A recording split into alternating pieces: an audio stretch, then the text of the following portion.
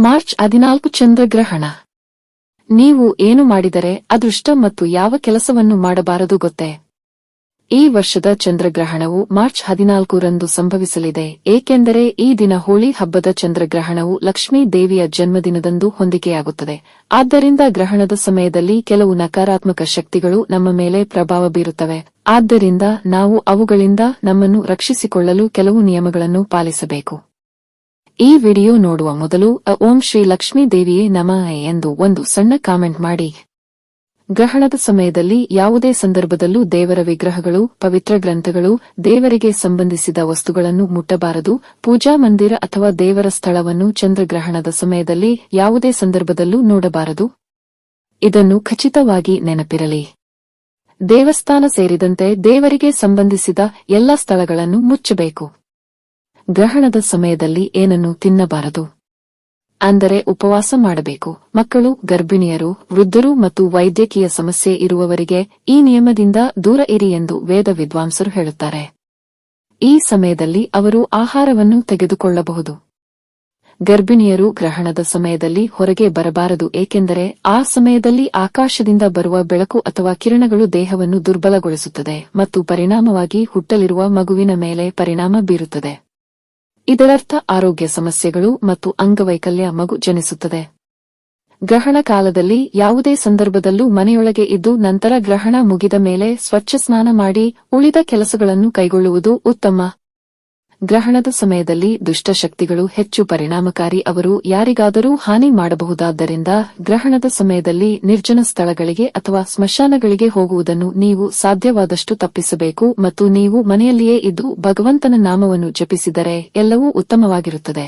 ಯಾವುದೇ ರೀತಿಯ ಗ್ರಹಣ ಸಮಯದಲ್ಲಿ ಶುಭ ಕಾರ್ಯಗಳನ್ನು ಮಾಡದಿರುವುದು ಉತ್ತಮ. ನೀವು ಮಾಡಿದರೆ ಅವು ನಿಮಗೆ ಅಶುಭವಾಗಬಹುದು. ಈ ಸಮಯದಲ್ಲಿ ಉಗುರು ಕತ್ತರಿಸುವುದು, ಕೂದಲು ಕತ್ತರಿಸುವುದು, ಉಗುರು ಕತ್ತರಿಸುವುದು ಒಳ್ಳೆಯದಲ್ಲ ಎಂದು ಪಂಡಿತರು ಹೇಳುತ್ತಾರೆ. ಚಂದ್ರಗ್ರಹಣ ದಿನದಂದು ಯಾರೊಂದಿಗೂ ಜಗಳ ಅಥವಾ ವಿವಾದಗಳನ್ನು ಮಾಡಿಕೊಳ್ಳದಿರುವುದು ಉತ್ತಮ. ನಿಮ್ಮ ಮನೆಯ ವಾತಾವರಣವನ್ನು ಹಾಳು ಮಾಡುವುದರಿಂದ ಮನೆಯ ಒಳಗೆ ಅಥವಾ ಹೊರಗೆ ಎಲ್ಲಿಯಾದರೂ ಜಗಳಗಳನ್ನು ತಪ್ಪಿಸಬೇಕು. ಇದಲ್ಲದೆ ನೀವು ಇಂದು ಹಿರಿಯರ ಹೆಸರಿನಲ್ಲಿ ಏನನ್ನಾದರೂ ದಾನ ಮಾಡಿದರೆ ನಿಮ್ಮ ಪೂರ್ವಜರ ಪುಣ್ಯವು ನಿಮ್ಮನ್ನು ತಲುಪುತ್ತದೆ. ಗ್ರಹಣದ ಸಮಯದಲ್ಲಿ ಯಾರ ಜಾತಕದಲ್ಲಿ ಚಂದ್ರನ ಸ್ಥಾನವು ದುರ್ಬಲವಾಗಿದೆಯೋ ಅವರು ಗ್ರಹಣ ದಿನದಂದು ಸಂಬಂಧಿತ ಮಂತ್ರಗಳನ್ನು ಓಂ ಚಂದ್ರಾಯ ನಮಃ ಎಂದು ಮಂತ್ರವನ್ನು ಪಠಿಸಬೇಕು ಮತ್ತು ಹೀಗೆ ಮಾಡಿದರೆ ಚಂದ್ರನ ಕೃಪೆಯಿಂದ ನಿಮ್ಮ ಇಡೀ ಕುಟುಂಬವು ಅಷ್ಟೈಶ್ವರ್ಯಗಳಿಂದ ಶ್ರೀಮಂತವಾಗಿರುತ್ತದೆ. ಚಂದ್ರಗ್ರಹಣದ ನಂತರ ಮನೆ, ವ್ಯಾಪಾರ ಸ್ಥಳ, ಅಂಗಡಿ ಇತ್ಯಾದಿಗಳನ್ನು ಸ್ವಚ್ಛಗೊಳಿಸಬೇಕು. ಗಂಗಾಜಲವನ್ನು ಎಲ್ಲೆಡೆ ಚಿಮುಕಿಸುವುದು ಒಳ್ಳೆಯದು. ಗಂಗಾಜಲ ಇಲ್ಲದವರಿಗೆ ಮನೆಯಲ್ಲಿ ಅರಿಶಿನ ನೀರು ಚಿಮುಕಿಸುವುದು ಉತ್ತಮ ಎನ್ನುತ್ತಾರೆ ಪಂಡಿತರು. ಗ್ರಹಣ ಹಾಗೂ ಪ್ರಯಾಣದ ಸಮಯದಲ್ಲಿ ಆಕಸ್ಮಿಕವಾಗಿ ಮಲಗಬೇಡಿ. ಗ್ರಹಣದ ಸಮಯದಲ್ಲಿ ತೀಕ್ಷ್ಣ ವಿಷಯಗಳನ್ನು ತಪ್ಪಿಸಬೇಕು. ಅಂದರೆ ಈ ಸಮಯದಲ್ಲಿ ತರಕಾರಿಗಳು ಮತ್ತು ಹಣ್ಣುಗಳನ್ನು ಸೇವಿಸಬಾರದು. ಗ್ರಹಣ ಸಮಯದಲ್ಲಿ ಪಿನ್ಗಳು ಮತ್ತು ಹೇರ್ ಪಿನ್ಗಳಂತಹ ಲೋಹದ ವಸ್ತುಗಳನ್ನು ಬಳಸಬಾರದು. ಗ್ರಹಣದ ಸಮಯದಲ್ಲಿ ದುಷ್ಟಶಕ್ತಿಗಳ ಪ್ರಭಾವ ಅಧಿಕವಾಗಿರುತ್ತದೆ. ಆದ್ದರಿಂದ ಗ್ರಹಣದ ನಂತರ ಮನೆಯ ಮುಂದೆ ಕುಂಬಳಕಾಯಿ, ನಿಂಬೆಹಣ್ಣುಗಳ ದಿಕ್ಕನ್ನು ಬದಲಾಯಿಸಿ ಸ್ನಾನ ಮಾಡಿ ಕರಿ ಎಳ್ಳನ್ನು ನಿರ್ಗತಿಕರಿಗೆ ದಾನ ಮಾಡಿದರೆ ಒಳ್ಳೆಯದು. ಹೀಗೆ ಮಾಡುವುದರಿಂದ ರಾಹು ಕೇತುಗಳ ಅನುಗ್ರಹವು ದೊರೆಯುತ್ತದೆ ಎನ್ನುತ್ತಾರೆ ಪಂಡಿತರು.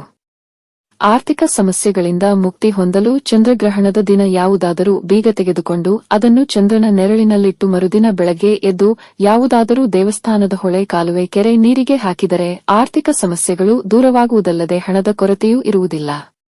ಹಿಂದೂ ಧರ್ಮದಲ್ಲಿ ತುಳಸಿ ಗಿಡ. ಗ್ರಹಣದ ದುಷ್ಪರಿಣಾಮಗಳನ್ನು ಕಡಿಮೆ ಮಾಡಲು ತುಳಸಿ ಎಲೆಗಳನ್ನು ತುಂಬಾ ಮಂಗಳಕರವೆಂದು ಪರಿಗಣಿಸಲಾಗಿದೆ. ಆಹಾರದಲ್ಲಿ ಸೇರಿಸಲಾಗುತ್ತದೆ. ತುಳಸಿ ಎಲೆಗಳನ್ನು ಆಹಾರಕ್ಕೆ ಸೇರಿಸುವುದು ಗ್ರಹಣದ ದುಷ್ಪರಿಣಾಮಗಳನ್ನು ಕಡಿಮೆ ಮಾಡುತ್ತದೆ. 14ರಂದು ಕೇತು ಕನ್ಯಾ ರಾಶಿಯಲ್ಲಿರುತ್ತಾನೆ. ಅಲ್ಲದೆ ಚಂದ್ರನು ಮೀನ ರಾಶಿಯಿಂದ ಕನ್ಯಾ ರಾಶಿಗೆ ಪ್ರವೇಶಿಸುತ್ತಾನೆ. ಗ್ರಹಣದ ಸಮಯದಲ್ಲಿ ಶನಿಯು ಕುಂಭ ರಾಶಿಯಲ್ಲಿ ಇರುತ್ತಾನೆ. ಈ ಎಲ್ಲಾ ಪ್ರಭಾವಗಳು ಕೆಲವು ರಾಶಿಚಕ್ರ ಚಿಹ್ನೆಗಳೊಂದಿಗೆ ಚೆನ್ನಾಗಿ ಸಂಯೋಜಿಸುತ್ತವೆ. ಚಂದ್ರಗ್ರಹಣವು ಕನ್ಯಾ ರಾಶಿಯವರಿಗೆ ಅತ್ಯಧಿಕ ಸಂಪತ್ತನ್ನು ನೀಡುತ್ತದೆ. ಹೂಡಿಕೆ ಮಾಡಲು ಇದು ಉತ್ತಮ ಸಮಯ.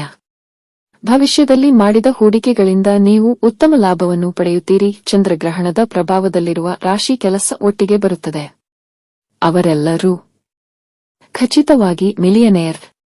ಚಂದ್ರಗ್ರಹಣವು ಮಿಥುನ ರಾಶಿಗೆ ಅನಿರೀಕ್ಷಿತ ರೀತಿಯಲ್ಲಿ ಹಣವನ್ನು ತರುತ್ತದೆ. ಸಮಾಜದಲ್ಲಿ ಗೌರವ ಹೆಚ್ಚುತ್ತದೆ. ವ್ಯಾಪಾರಿಗಳಿಗೆ ಇದು ಉತ್ತಮ ಸಮಯ. ಈ ರಾಶಿಚಕ್ರದವರು ಉತ್ತಮ ಆರ್ಥಿಕ ಸ್ಥಿತಿಯನ್ನು ತಲುಪುತ್ತಾರೆ. ಆರ್ಥಿಕವಾಗಿ ಮೇಷರಾಶಿಯ ಜನರು ಚಂದ್ರಗ್ರಹಣದಿಂದಾಗಿ ಉತ್ತಮ ಸ್ಥಿತಿಯನ್ನು ತಲುಪುತ್ತಾರೆ. ಜೀವನದಲ್ಲಿ ನೆಲೆಯೂರಿ ಅವರು ತಮ್ಮ ಮನಸ್ಸಿಗೆ ಬಂದ ಯಾವುದೇ ಕಾರ್ಯದಲ್ಲಿ ಯಶಸ್ವಿಯಾಗುತ್ತಾರೆ. ಕುಟುಂಬದಲ್ಲಿ ಆಧ್ಯಾತ್ಮಿಕ ವಾತಾವರಣ ನೆಲೆಸುತ್ತದೆ. ಈ ವಿಡಿಯೋ ನಿಮಗೆ ಇಷ್ಟವಾದಲ್ಲಿ ಲೈಕ್ ಮಾಡಿ ಮತ್ತು ನಿಮ್ಮ ಸ್ನೇಹಿತರ ಜೊತೆ ಶೇರ್ ಮಾಡಿ. ಹಾಗೆಯೇ ನಮ್ಮ ಹೊಸ ವಿಡಿಯೋಗಳನ್ನು ನೀವು ತಕ್ಷಣ ಪಡೆಯಬೇಕೆಂದಿದ್ದರೆ ಚಂದಾದಾರರಾಗಿ ನಮ್ಮ ಚಾನೆಲ್ ಪಕ್ಕದಲ್ಲಿರುವ ಬೆಲ್ ಐಕಾನ್ ಒತ್ತಿರಿ. ಧನ್ಯವಾದಗಳು.